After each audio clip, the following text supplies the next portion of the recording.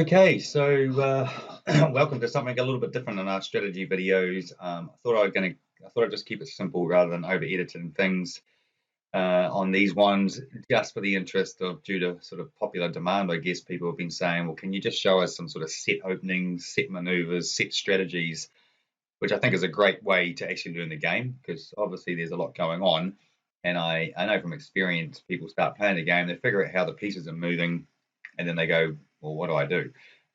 So I think if I can arm you with a bunch of videos to say, hey, here's what we call a trap line, here's what we call a knight's gate, this is when you'd use that, or why you'd position this, and what you're actually looking to achieve with it, and so on and so forth. I think they will be quite good videos to put out. So I'm going to try and keep this one quick. This is going to be an opening, what we call a trap line opening. I've got the game mode that you're about to see on free mode, free meaning free to move anywhere, which you can find that function in the practice room on the game. What it will do though is every time I highlight a piece, the whole board lights up, because basically the computer's saying, well, where do you want to move? You can move anywhere, regardless of legally where you're allowed to move.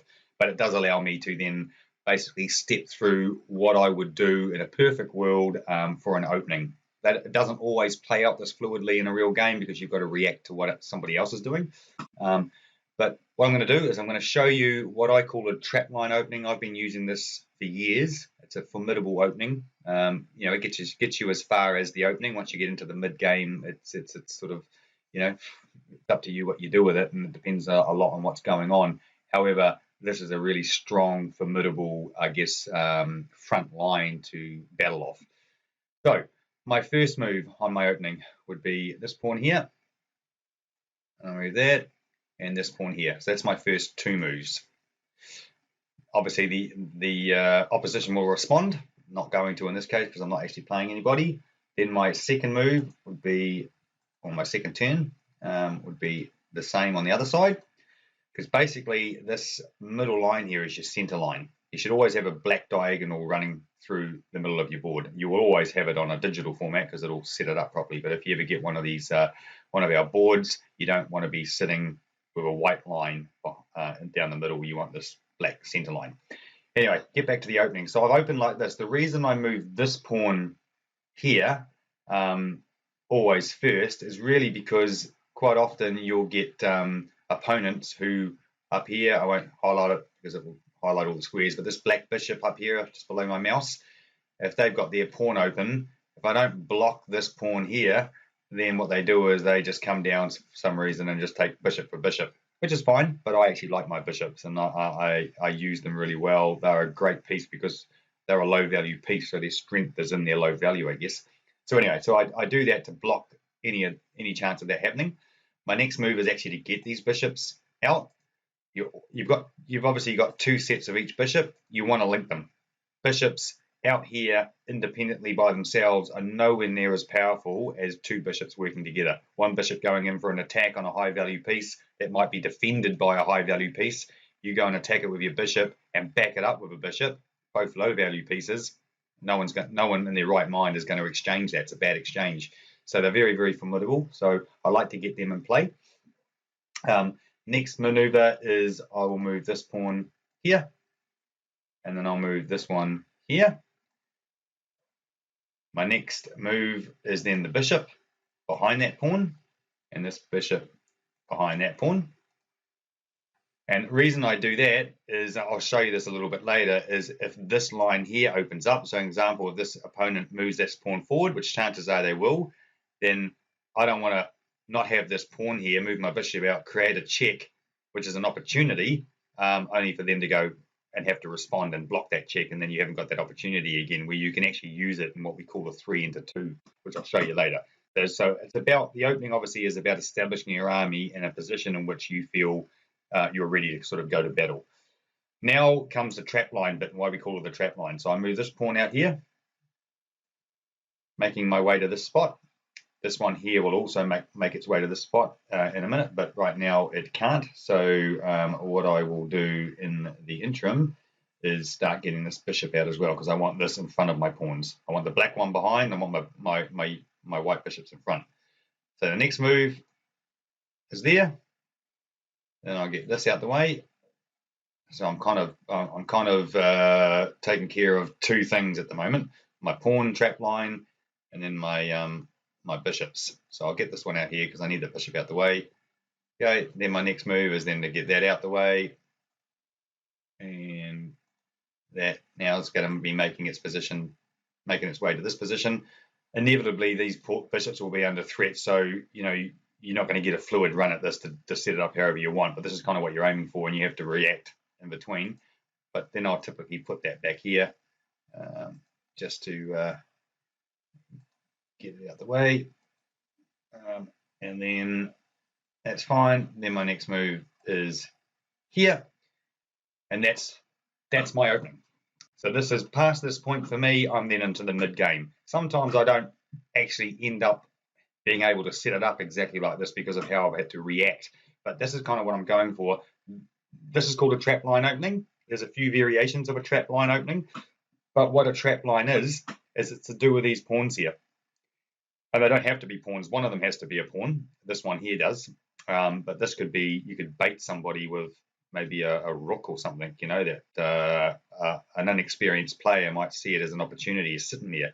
But the reason this is a trap line, and it also speaks to the reason these pieces have to be at different colors, because you have to know which way the pawns are going.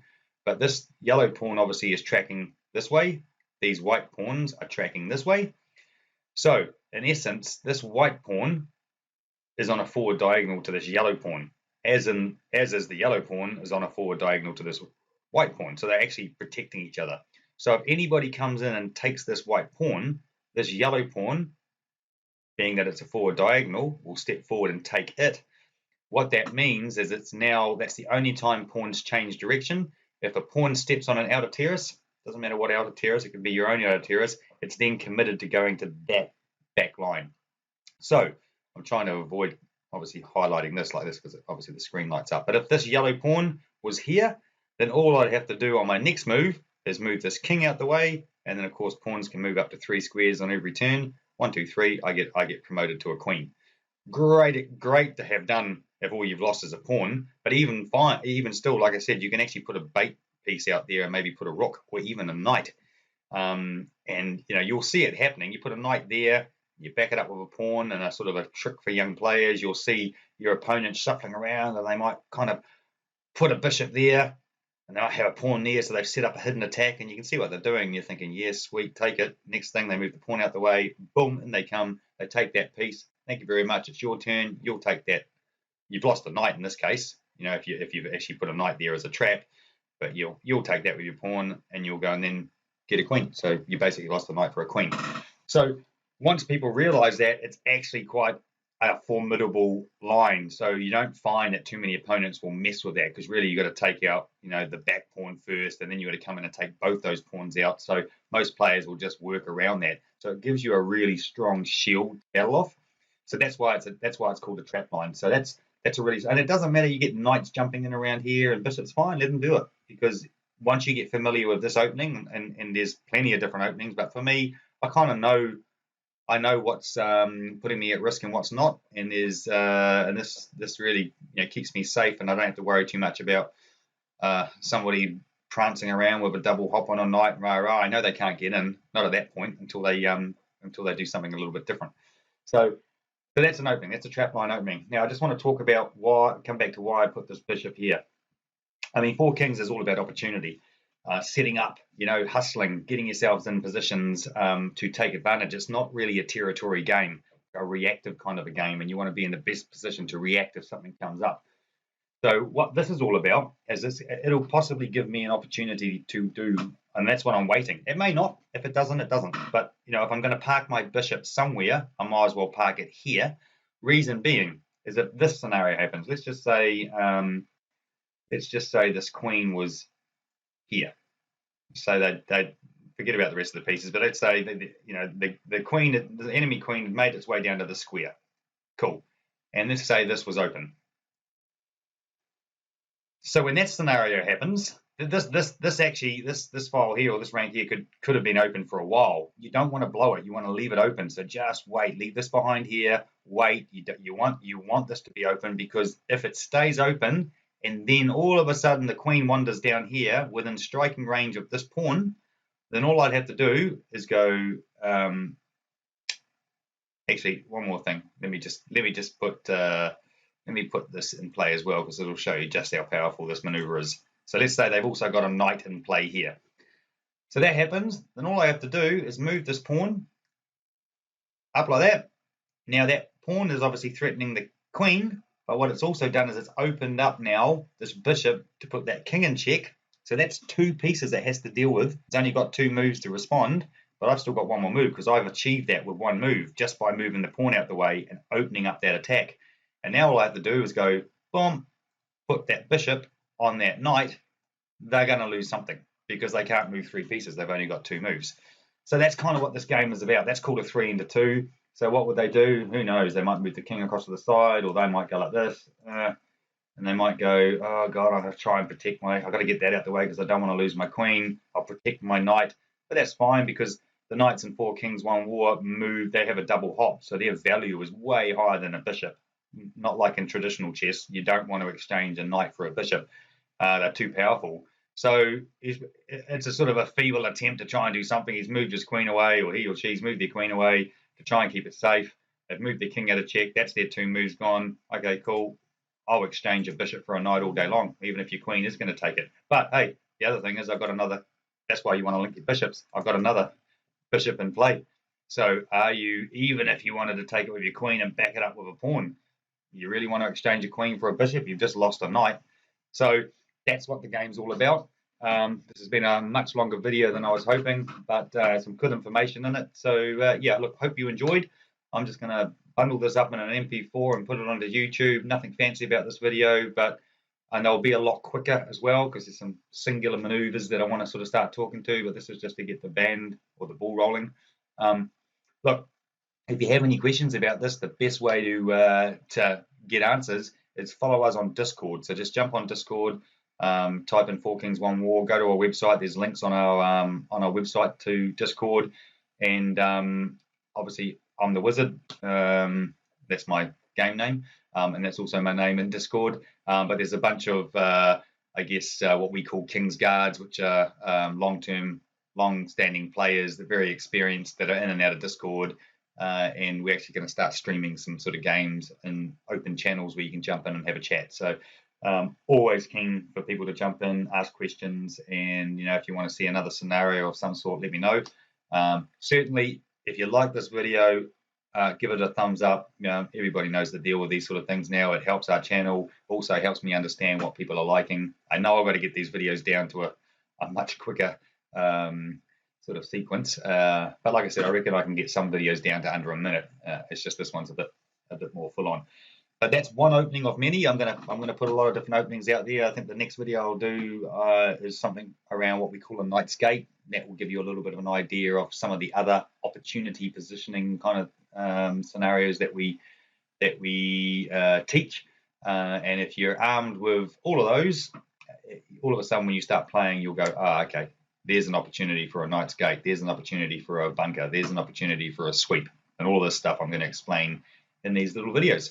So yeah, hope you can look past the fact that it's not a flash edited video. This is a time thing for me. I just want to get these things out because people are asking for them. So I don't want to over engineer them. I just want to keep them kind of real. And this is just my voice. We've got a lot of good strategists out there that have a lot of good gameplay, and